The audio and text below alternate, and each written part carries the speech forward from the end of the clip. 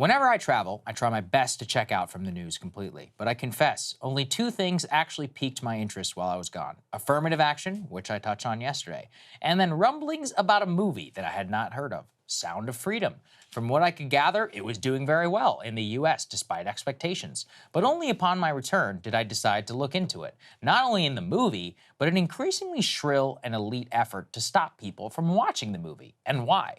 So to begin with, what is The Sound of Freedom?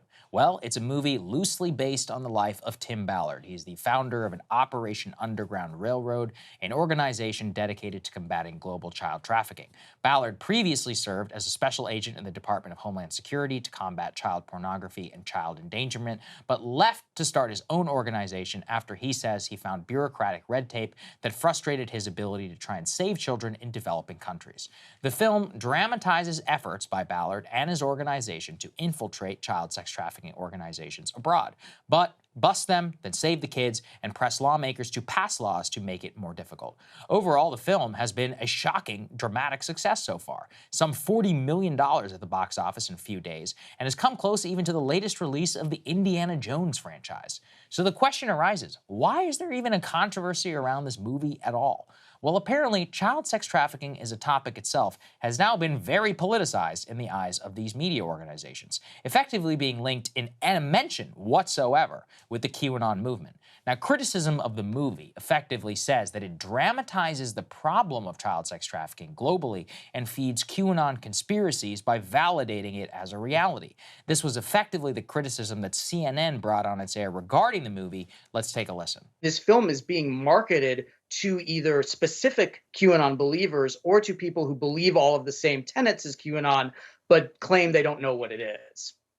And The Sound of Freedom does focus on a real issue of sex trafficking. But that theme, it's sort of like that kernel of truth that feeds the QAnon conspiracy theory. Tell us how those two things work together. Sure. And the most durable and the most believable conspiracy theories are not entirely false. There's something in them that is true, and the rest of it is false. But the believers point to the one true thing and they say, oh, you don't believe that this particular thing is true. In terms of child trafficking, we know trafficking is real. We know it has real victims. No one is denying that. But these films are created out of moral panics. They're created out of bogus statistics. They're created out of fear. And with something like Sound of Freedom, it specifically is looking at QAnon concepts of these child trafficking rings that are run by the high-level elites, and only people like Tim Ballard and only people like Jim Caviezel, and by extension, only people like the ticket buyer can help bring these trafficking rings down. Okay, so the criticism is actually simple. The film is being marketed towards QAnon believers, or those unwittingly are buying into QAnon who watch the movie. But in the same breath, they do acknowledge, of course, that child sex trafficking is real, but that the idea of that elites participating in it is ridiculous. Well, perhaps they have not heard of Epstein's Island, but below all of this, I find myself asking a simple question. Why are the CNN, these other liberal media organizations, spending so much time going after one of the most basic movie ideas of all time, based on a true story? Rolling Stone took the same tactic in the review of the movie, saying Sound of Freedom is a superhero movie for dads with brainworms and described it as, quote, a QAnon-tinged thriller about child trafficking designed to appeal to the conscience of a conspiracy-addled boomer. The review evidence for why the movie is QAnon adjacent is that some people on some QAnon boards are heralding the movie. And once again, took aim at the movie for validating that child sex trafficking is a big problem in our society. They write, quote, there is visible suffering all around us in America. There are poor and unhoused, people brutalized, killed by police. There are mass shootings, lack of health care, climate disasters. And yet over and over again, the far right returns to these sordid fantasies about godless monsters hurting children. I mean, once again, is anyone saying that any of those problems are not real? Are they just even saying that by watching this movie or supporting it, that child sex trafficking is the biggest problem that we face? Or are they just saying it's a problem ignored or not paying enough attention to in society? The Guardian also parroted the same line in their review of the film. They called it QAnon adjacent. And once again, they are the only ones shoehorning anything political into this interpretation. They readily admit that Taken, a film already made starring Liam Neeson, invented this genre, and that the film seeks to replicate its very success. To prove QAnon connections, reviews focus on the star of the film and his past comments, but they seldom find any specific example overtly in the movie tying it to a conspiracy.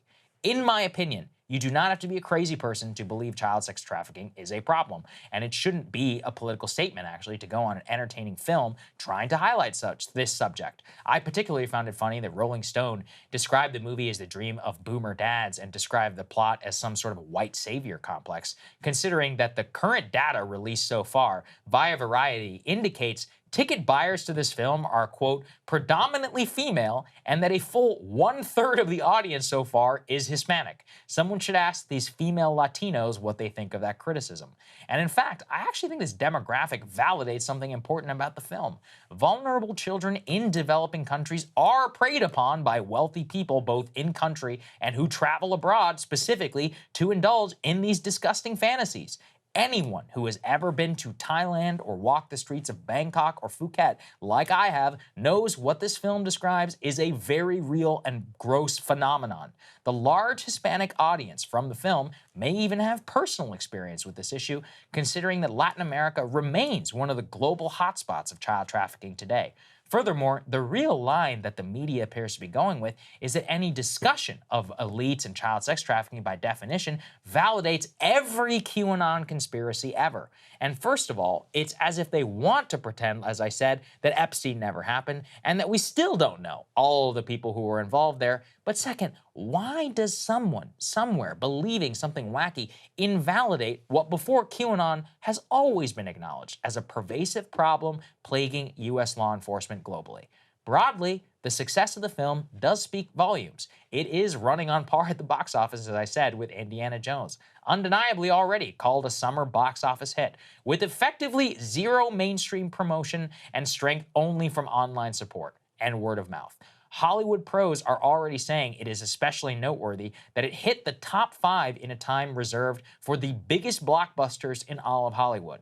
And at the end of the day, people want to be entertained, and they also don't want to be told what to think. So maybe things in entertainment will be okay after all. I'm curious what your Sound of Freedom take is, Crystal. What do you think? I mean, listen. Hey guys, if you like that video, go to breakingpoints.com, become a premium subscriber, and help us build the best independent media organization on the planet. That's right. We're subscriber funded. We're building something new. We want to replace these failing mainstream media organizations. So again, to subscribe, it's breakingpoints.com.